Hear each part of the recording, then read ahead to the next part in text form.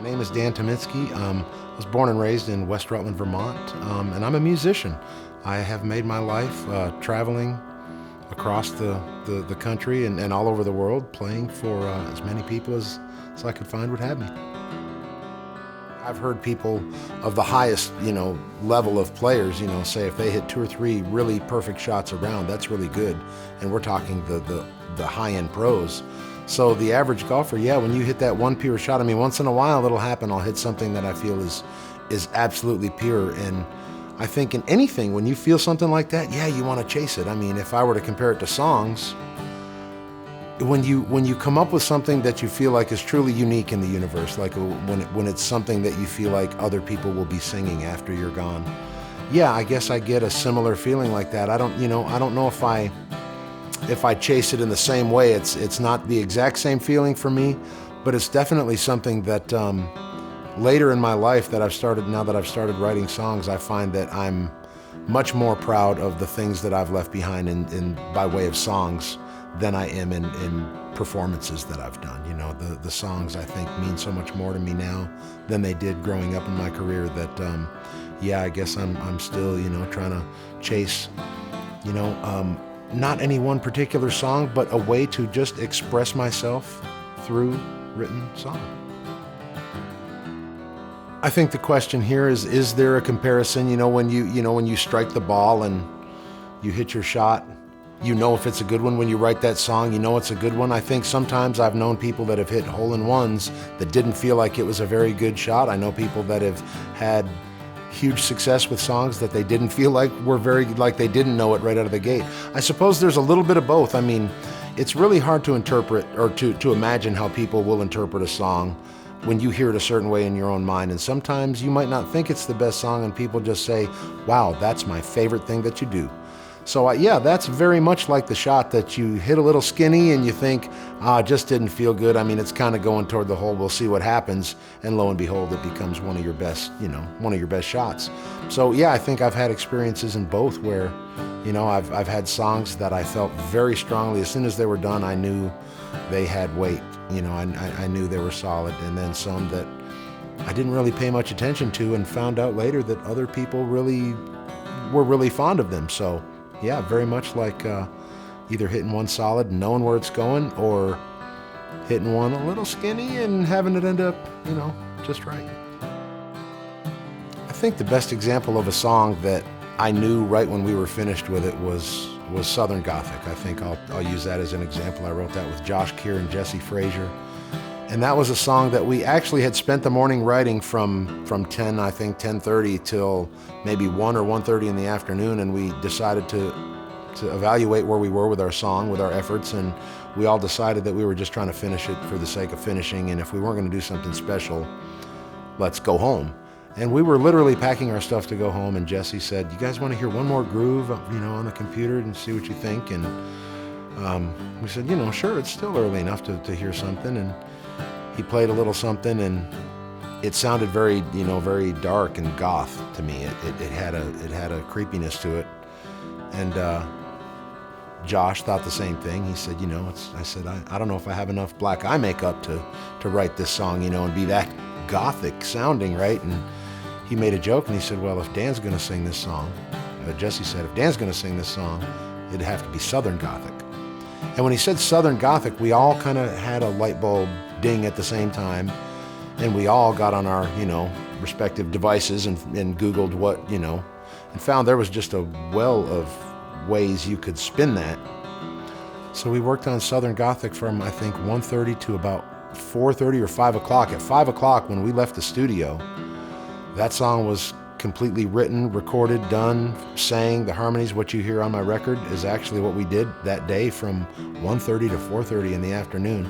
We had 3 hours, and I've never done that before, where we walked away and didn't need to re-record it. It was what you get is what we did that day. No, well, I think what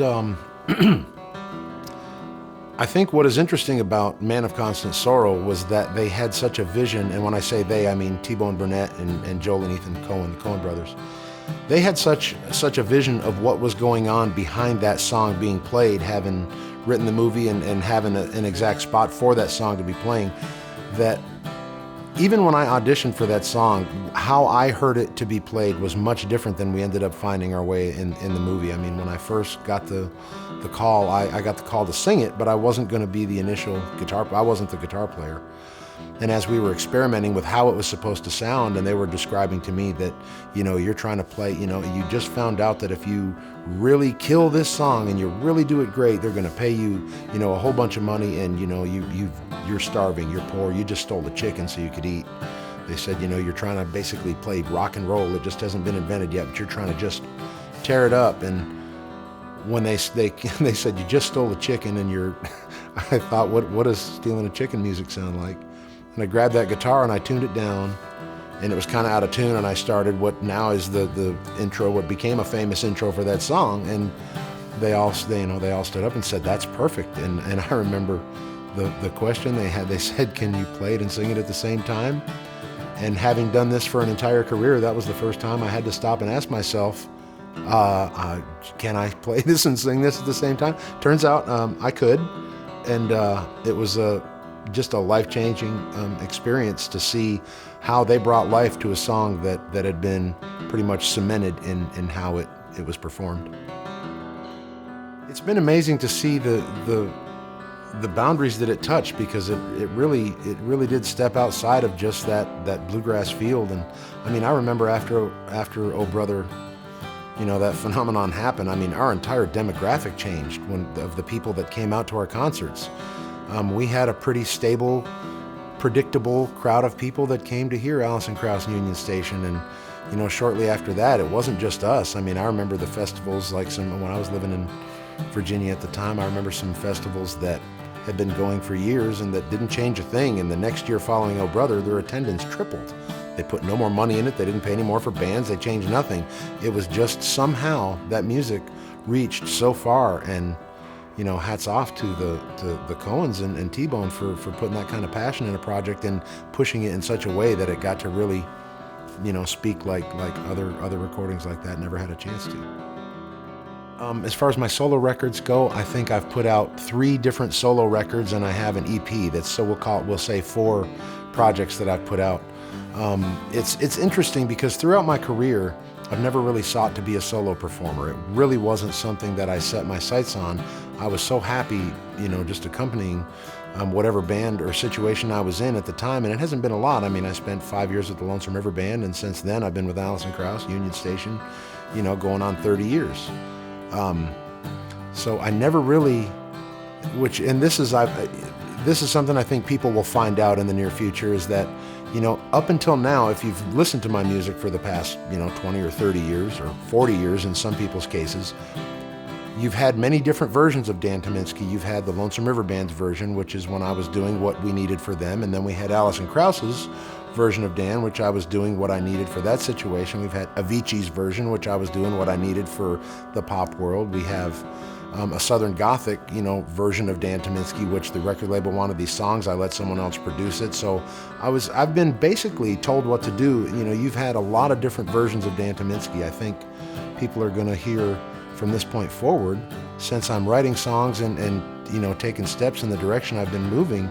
I think this is the first time people are actually going to be hearing Dan Tyminski's version of Dan Tyminski. And I'm really excited about it. It's something that, I didn't really I never set out to do, but I find myself at a point in my life where I feel like I have a lot to say through songs, and I'm finding my way with writing to express things that I just didn't talk about in other formats and other situations. So the stuff that I'm recording and playing now is by far the biggest version of me that people will get.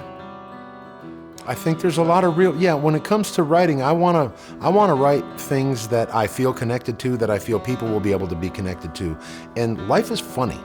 And I love to be able to spin it in funny ways, like when I have an opportunity, and I'll do some songs you'll hear if you get to hear any of my music that are absolutely written with lightheartedness in mind. I think, part of music is you should be able to enjoy it, but it's also a journey. You should be able to break someone's heart. You should be able to really make them feel tense. You should be able to push the boundaries in whatever direction. I'm finding myself, getting a little testy with how not testy, but I'm finding myself pushing boundaries with my songs that sometimes make people uncomfortable. You listen to some of my songs and the first line or two or the first verse, you might find yourself really anxious to hear how it spins out. And for me, that's the truth of my life coming out, because, life is lived on the edge. It's not everyone has it, just all put together and it's just, cut and dried, things go like this. No, there's a lot of, drama and fear and healing and heartache and humor, and there's just so much. So I want to write about real life. I want to write things that people can connect to. I want to have strong visual content. I think you should be able to see a picture and how it's unfolding in your songs. And for the most of the songs that I write, I really try to be conscious that people can make those songs their own through their own experiences, matching, my take on these songs.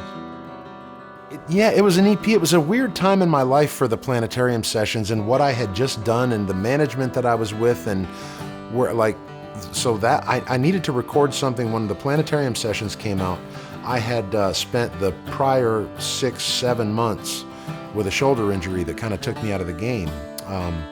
So I had literally stopped playing I couldn't play a guitar. There was, there were 3 or 4 months I couldn't move my arm even a little bit. If anyone's ever had rotator cuff surgery, I had 2 of my muscles were torn completely off and reattached, and my bicep was torn completely off and reattached. So it was a really rough time. So there was no playing, but I had been writing these songs with people, and I had songs that I really felt strongly about. I don't know that I really had a direction that I wanted to go, and we talked about in management. I just came off of Southern Gothic, which was a very, strange, style of music compared to what I'd done for the bulk of my career. We were looking for something that could somewhat bridge a gap between the Southern Gothic stuff and the Bluegrass stuff that I play.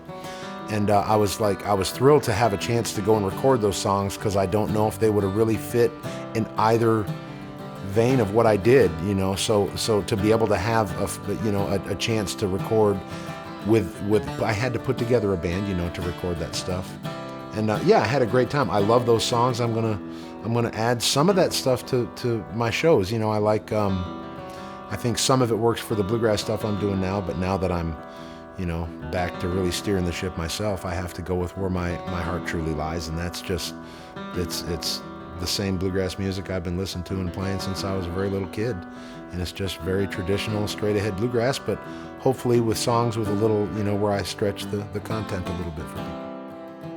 It is. Well, the Wheels record, when I recorded that record, again, this was not me saying, I think I can put myself out there in a solo. What I did was, honestly, Allison was doing a thing with Robert Plant.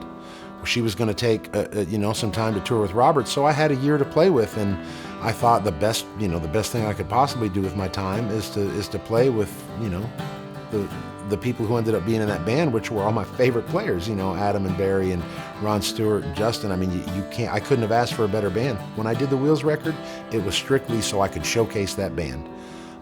When we went in the studio, I think I might have had 3 songs. And we found all that material while we were in recording. We were calling people and just looking, scanning. We made that record happen in such I say kind of haphazard way, but it ended up doing so well for us. Like the Wheels record, I was very proud and still am very proud of the Wheels record. But I didn't have as much intention in my song choices, I think, as I have in the recordings that I'm doing now. So it's, I'm looking forward to the stuff that's about to come. That's, I wrote that song with Jimmy Urey, and Jimmy was a bluegrass guy, way before he was a country songwriter. He's had huge country success. He's written, a lot of #1 hits. And I feel a connection with him, I think, because we both have the bluegrass background, and I think he's a very clever person, and if you spend any time talking with him, he has the type of sarcasm and the type of wit that is really fun. Like I knew I would like writing with him before we ever sat down the first time.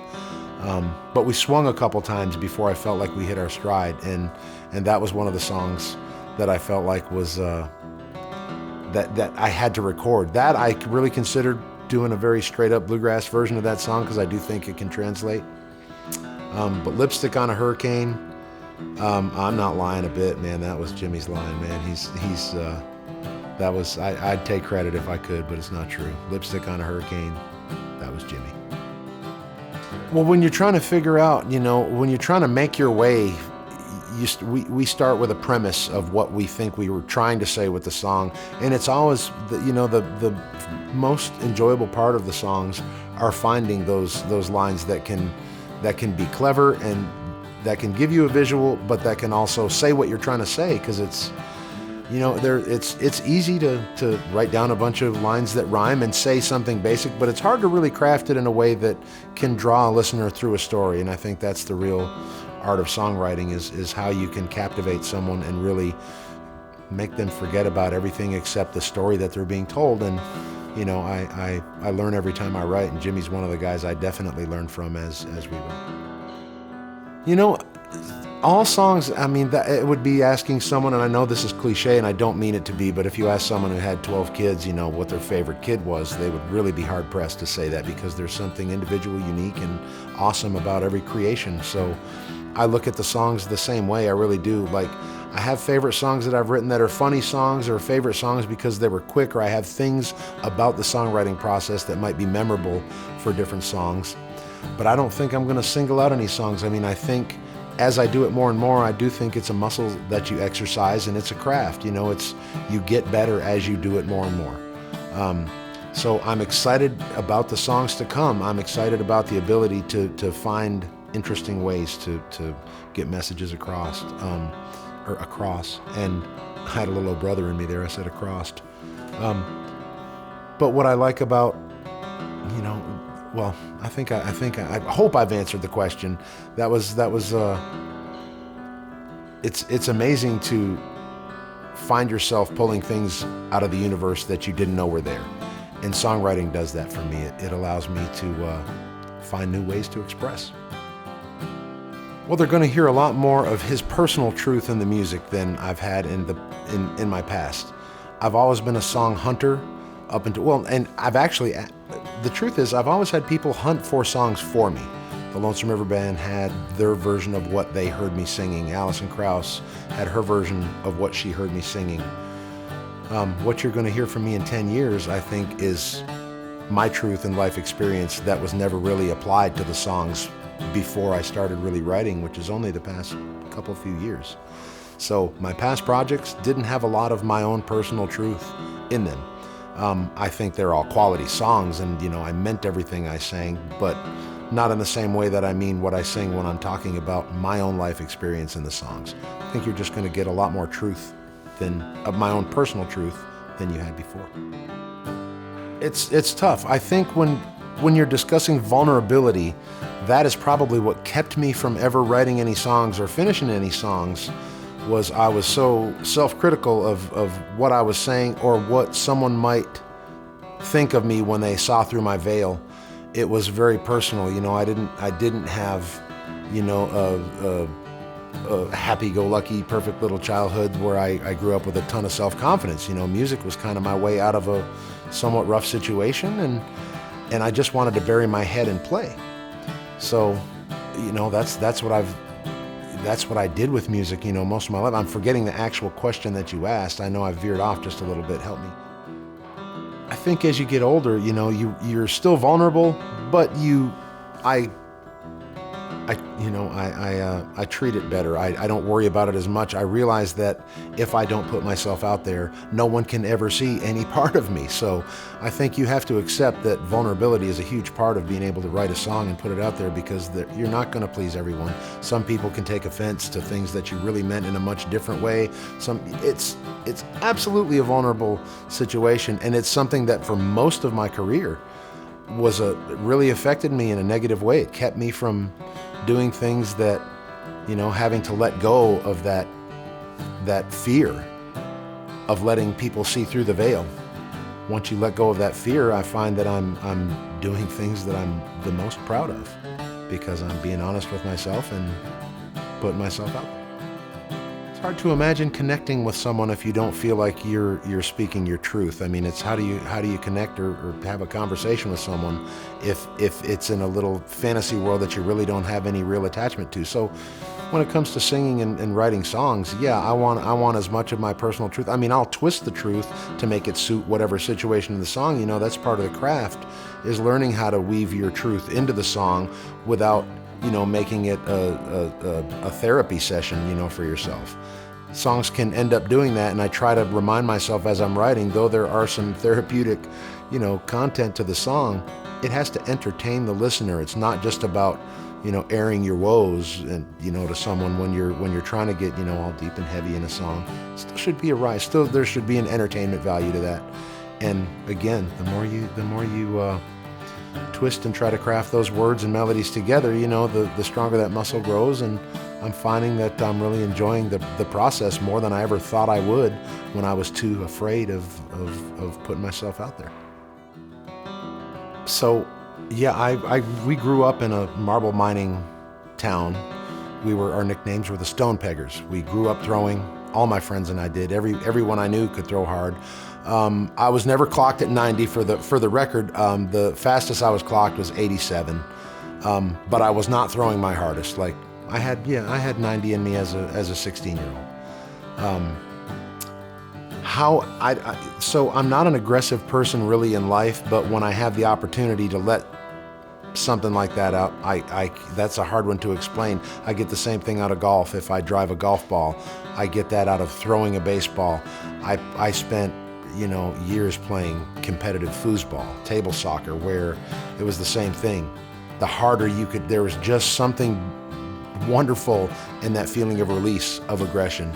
Now when I sing, I think that's what got me the different gigs that I've had. It was my aggressive style, I know, that worked with the Lonesome River Band, and I definitely filled a void that Alison Krauss and Union Station had with the same type of thing. So, as you discover things that work for you, it's nice to know there's a little something in the arsenal. And for me, yeah, that aggression plays a big part in, controlling it. That's the trick.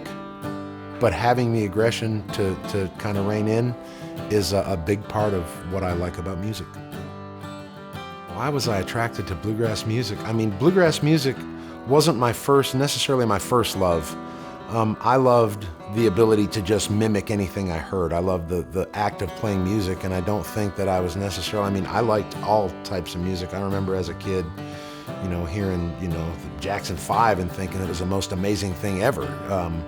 I remember hearing, one of the first songs I remember singing when I was a kid was a John Denver song.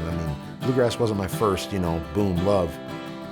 But I remember the first time I really did fall in love with it, and I was 12 years old, and my brother had come home from the service with a cassette tape playing in his car of J.D. Crowe and the New South, 0044 Rounder record. And who knows why you fall in love with something when you do. Sometimes, you see a woman and your heart melts. You can't say it's because she's a certain height, color, whatever her, there's no feature. You just love something when it just moves you. The banjo playing, the singing, what I heard on that record is still what I weigh everything against today. And bluegrass music for me, I found from a social aspect, as I went to the festivals as a little kid, I found myself in a place where I really felt safe. I felt community. I felt love. It was just, for me, it was, surely because I had the most access to it. But once I dipped my toe in that water, I wanted to stay in the pool. Man, I'm so lucky. You're very kind, but I'm so lucky to get to do what I do. You know this, and I hope you know that I know it.